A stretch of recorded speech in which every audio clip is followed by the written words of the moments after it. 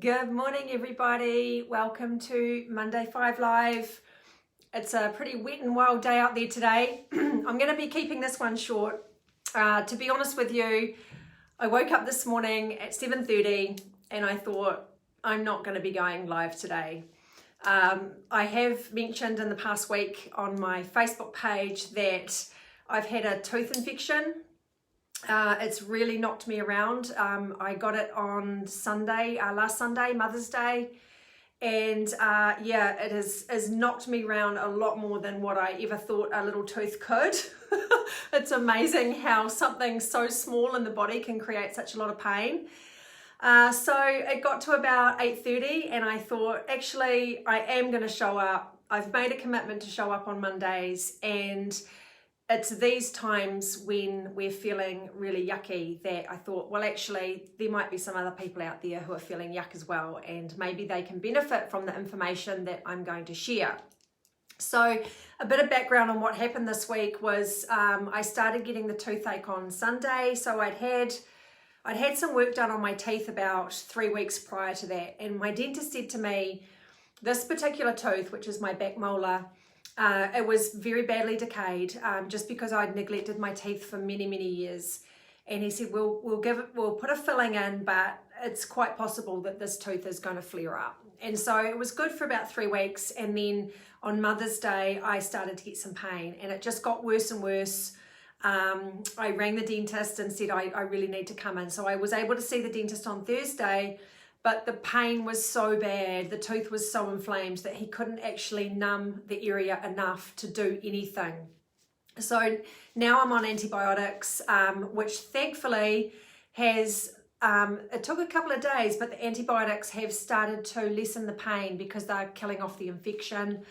And I'm seeing him tomorrow again, and hopefully it's at a point where he can actually numb the area and start the procedure for whatever he needs to do next, which I think is going to be a root canal. So I put a post up the other day about all the medication I was taking. Really appreciate all the comments about natural therapies and things like that I could try. I am all for natural therapies, of course, being very holistic. My reservation was that I have had osteomyelitis in the past. About 11 years ago, I got a very serious case in my foot. Osteomyelitis is a bone disease. It's an infection in the bone, and it really needs to be addressed. Otherwise, you can end up losing limbs and things like that. And because of my past experience with that, I knew that could be a risk if I didn't address the infection.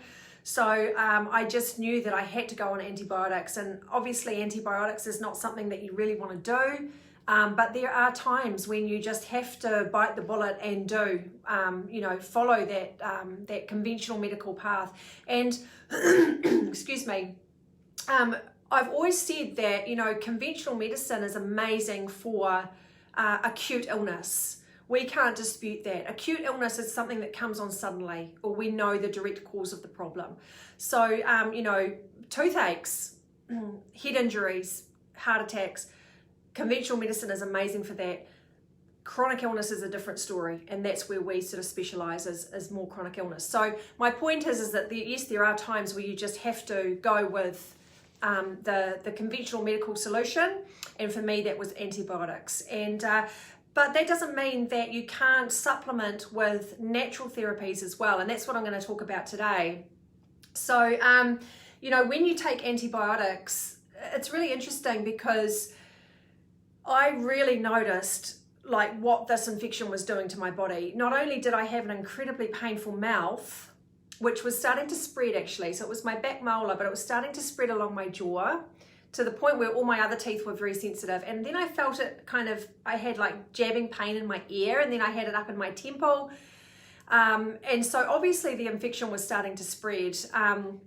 And so when I started taking the antibiotics, I noticed immediately that my gut was really unhappy. And I think that when you're somebody who is relatively health conscious and you eat relatively well, and then you go and do something like that, you're going to notice the effects. So for example, on Saturday night, I had dinner and it felt like it took like over 24 hours to digest that meal. So all day yesterday I was very uncomfortable. I had a lot of pain. I felt like that meal was just sitting in my stomach, and I just knew it was because, you know, the antibiotics were messing up my gut. So what I'm going to talk today about is, you know, if you are struggling with like an acute kind of illness, whether it's a toothache or, you know, you've got to take antibiotics or something like that, there are things that you can do to offset the effects of that medication.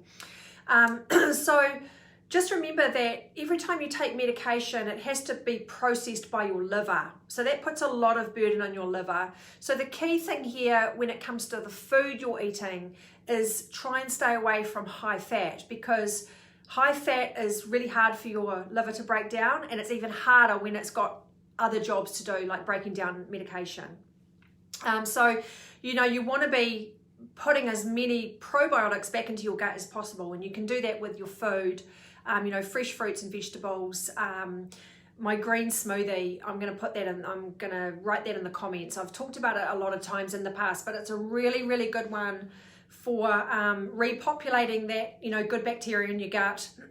Of course, when you're taking antibiotics, what it does is it kills off all your bacteria in your gut. And of course, it's, you know, it's great for killing off infections, but it's also killing off the good bacteria along with the bad bacteria. So it is important to supplement with, well, this is an interesting one actually, because I don't normally endorse synthetic probiotics.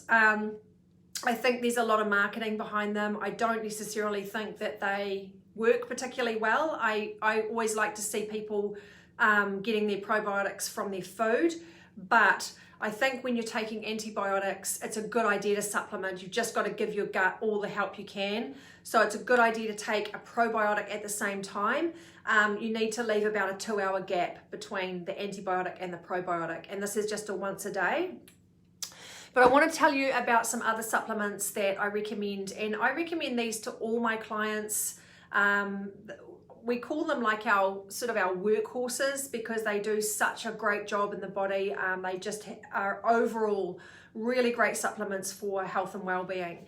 So you know, you should be probably taking these every day anyway if you can, but especially if you're taking antibiotics or you've got some kind of infection going on in your body, and your body just needs a little bit more help to boost the immune system and fight the infection. So that's what I'm doing now while I'm fighting this tooth infection. So I'm going to run through the vitamins that I recommend, the supplements. The first one is vitamin B12. This is the Clinicians brand. It's a dropper. It's like in a dropper form. So spray or dropper is the most easily absorbed by the body when you compare with like a capsule.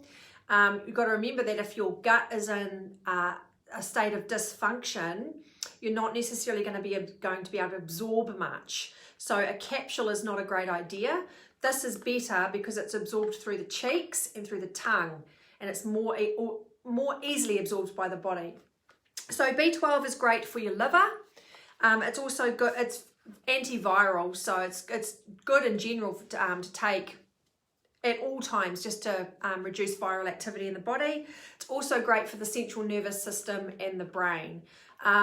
It's a myth that meat eaters get all the B12 they need.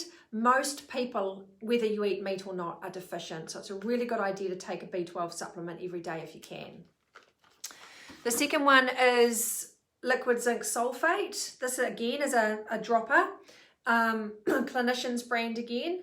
Liquid zinc sulfate is great for the liver again. It's antiviral. It's great for your skin and for wound healing. And also for insulin and growth hormones. So that's another workhorse that will do a lot of good things in the body. If you're just tuning in, I just mentioned that I'm going to share a smoothie recipe with you, and you can actually put all these supplements in to the smoothie and then just get it all done, over and done with at once. The third one is spirulina powder. This is the Lifestream brand. Spirulina is great for, again, the liver. So we know that when you're taking medication, the liver needs all the help it can get. It's good for detoxing heavy metals out of the body. It's antiviral, antibacterial, and it's very high in iron. So it's very good for iron deficiency. The fourth one is barley grass powder. Actually, we normally get a powder, but we're finding that it's quite hard to find stock at the moment just with COVID and everything like that. So these are actually capsules. I'm not going to open it because this one belongs in our office that we actually sell. But they're little capsules that you can, you can just pull them apart and empty the powder into your smoothie. So barley grass powder is really good for the stomach. So very, very good if you're taking antibiotics. If you're feeling, even if you're not feeling discomfort, it's still a really good thing to take to offset the effect of those antibiotics. Again, good for heavy metal detoxing. It feeds the liver and it's a potent detoxifier. Morning, everybody who's watching. Debs, Lisa, Jules, thank you for listening this morning. So those are the four main ones, the B12, the zinc, the spirulina, and the barley grass. Another good one is vitamin C.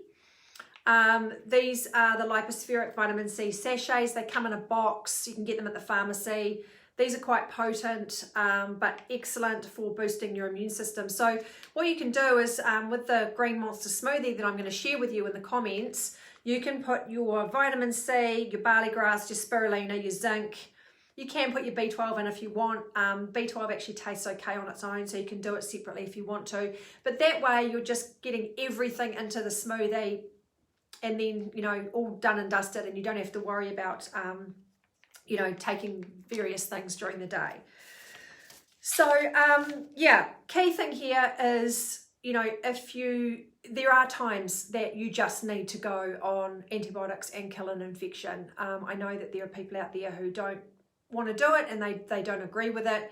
But if you're at risk of something worse happening, like I just mentioned at the beginning, for me, it's that fear of my past history of osteomyelitis, getting an infection in the bone, which is very serious. I was not going to take that risk with my tooth.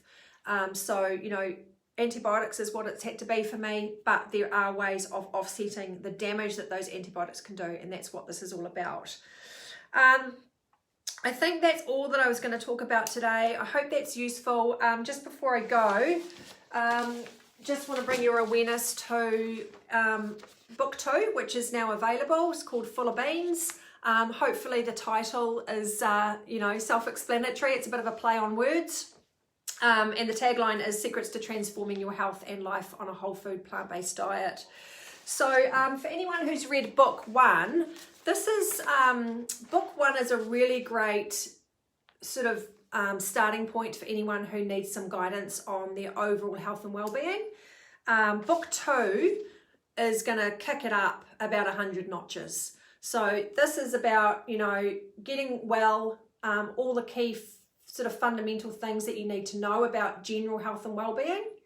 And then this is going to really skyrocket your health. But the real beauty about both of these books is that they can both stand alone. So it doesn't matter if you haven't read one or the other.